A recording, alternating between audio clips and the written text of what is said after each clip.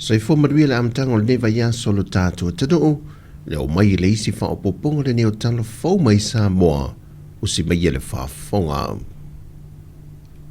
Au iei pele fionga e le pānami o le malo Sāmoa, le lauli o le mali e tōpala te vau fosishment, e ni usila mo le whama e na ona tong fitinga, na maua i lea vanoa le whai unga le vaiaso i lea susā, e wheilua ia tuai i le minister le vai whafo le malo ni usila,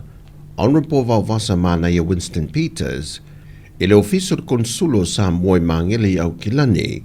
e a mata whaatala noe le fionga le ripa le mia, fesota inga whaavao malo le malo ni usila me Samoa, e le ngata le fōrosio o moe mitinga ma whaamua mua le malo Samoa, e o le toi whaamautu wina o le sotanga whaavao malo po le whainga pa anga vāvala lata Samoa, I ona tala anga whaawo ua maea o na whaamawina, ma toi vāwa ai ati liepea, e le pui pui leo tua oi whaavao malo le whiawea ina leo whala au whaasaina, whaatala no fo il tūlanga o le whaata ua inga o loa, ma le maua nisi a wanoa mo maketi o loa Samoa, e meisi o le toi sila le malo ni usila, e a wanoa ngā rueng whaawai teimi, o lo tu ina mai mō tātou ngata, mai lo tal fo ilo tatu tunu ina ia mo se ava no ile fionga le pale mi o le malo ni usila e fatala no ina ni sio tulanga e fata tau ile fa fitau lo fesanga ine ma Samoa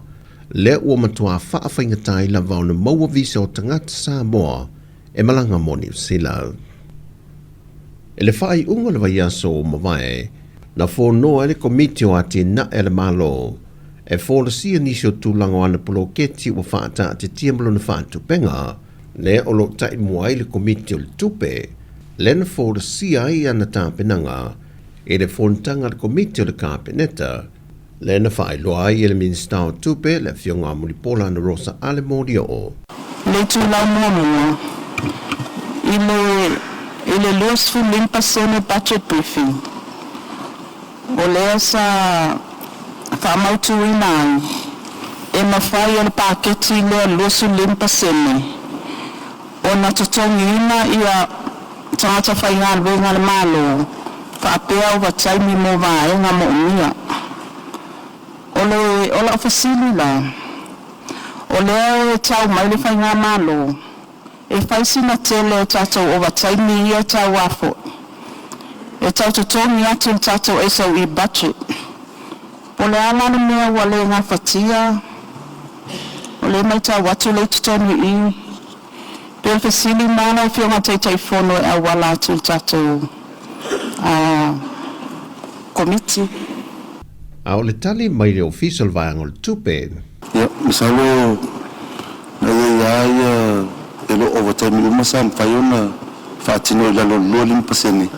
Ia o leo tam whai e whaungalta tu aso I patelo whangaso.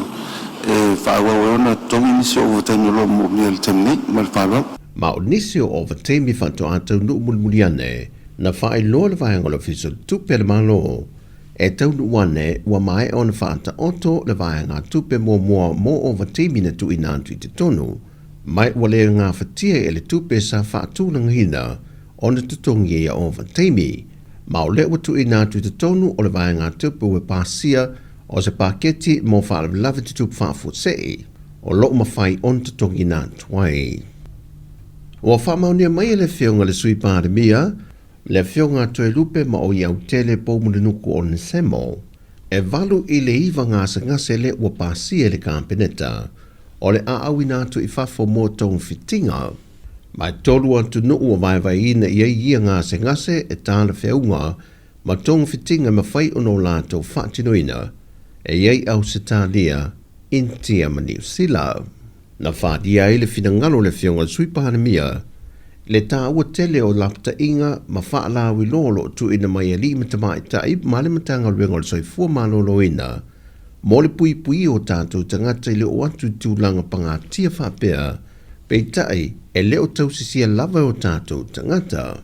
Mai o se tūlanga I te tau o na tau la mua ai tai tai o e ka le sia, tai tai o le malo, tai tai o whalapot patonga, nuu mawhio anga whape fo I te tonu a onga tai tasi,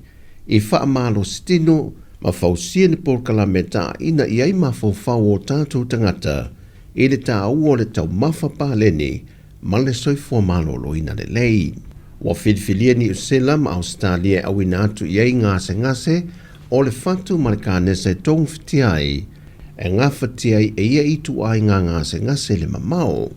Sau noto i lupe o le aunga autu o loa ngā iai le whata ua le malo o le tau sisia o le tau mawhapa leni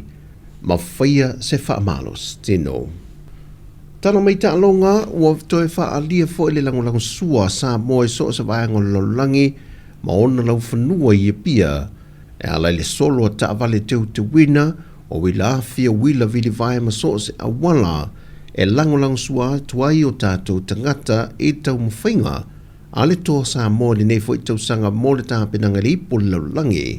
o le aso to na i le whae unga le vaiaso i pia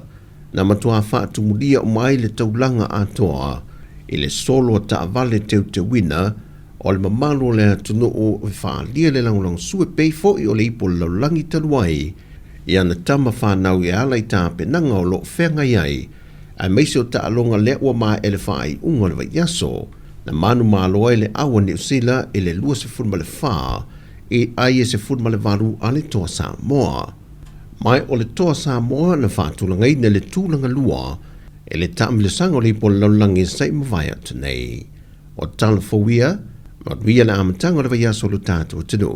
whasoi foia.